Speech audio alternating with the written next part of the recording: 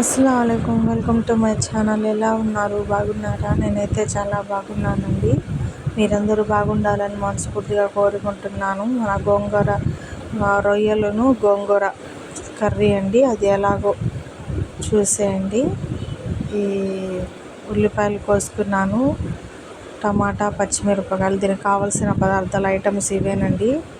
ఇప్పుడు ఈ గిన్నెలో ఇంకా నూనె వేసుకుందాము.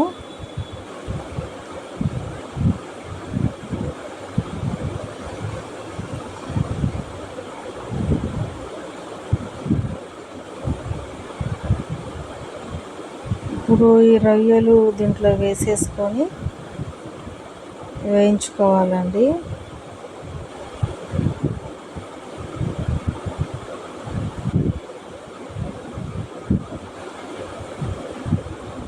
కొద్దిగా మొత్తం వేయకుండా దీంట్లో సగం, కొద్దిగా ఇంకా గుప్పెడు ఫ్రాన్స్ ఏమో నూనెలో వేసుకున్నాం, మిగతా ఇంకా పక్కన పెట్టేసుకున్నాము. ఇంకా దోసకాయలు కూడా బాగుంటాయి రొయ్యలు వేసుకుంటే. ఇంకా కొద్దిగా వేసుకున్నాము గోంగూరలోకి. ఇప్పుడు వేయించుకొని ఇలా తీసేసుకోవాలండి.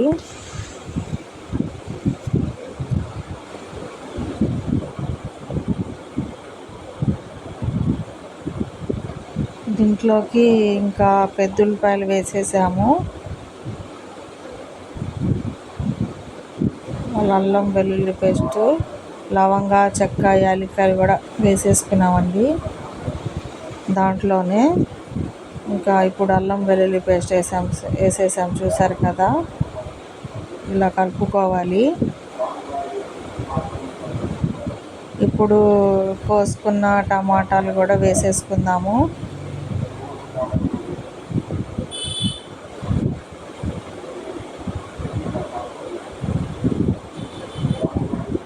ఇది కూడా ఇలా కలిపేసుకుందాము.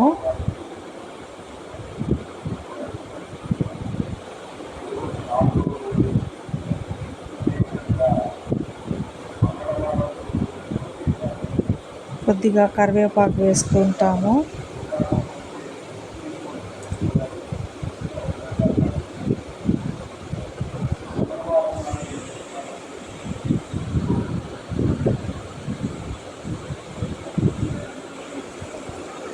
ఇప్పుడు పచ్చిమిరపకాయలు వేసుకుందాము. కోసి ఇలా వేసుకోవాలండి.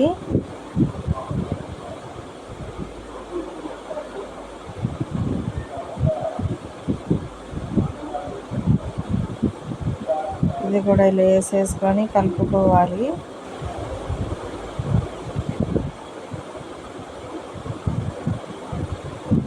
కారం వేసుకోవాలి, 2 టేబుల్ స్పూన్ కారము.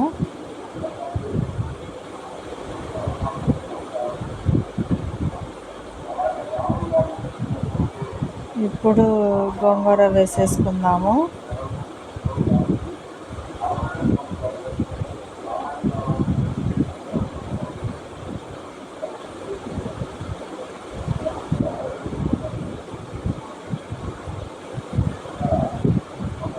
ఇలా మెత్తగా చేసేసుకున్న తర్వాత ఇప్పుడు కొత్తిమీర వేసేసుకుంటున్నాము.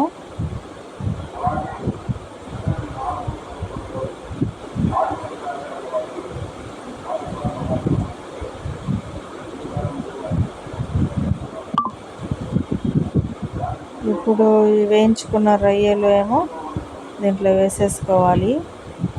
ఇంకా వేసేసుకొని ఇంతేనండి, చాలా ఈజీగా చేసేసుకోవచ్చు గోంగూర రొయ్యలు. ఈ రెసిపీ కనుక మీకు నచ్చినట్లయితే లైక్ చేయండి, షేర్ చేయండి, సబ్స్క్రైబ్ చేయండి.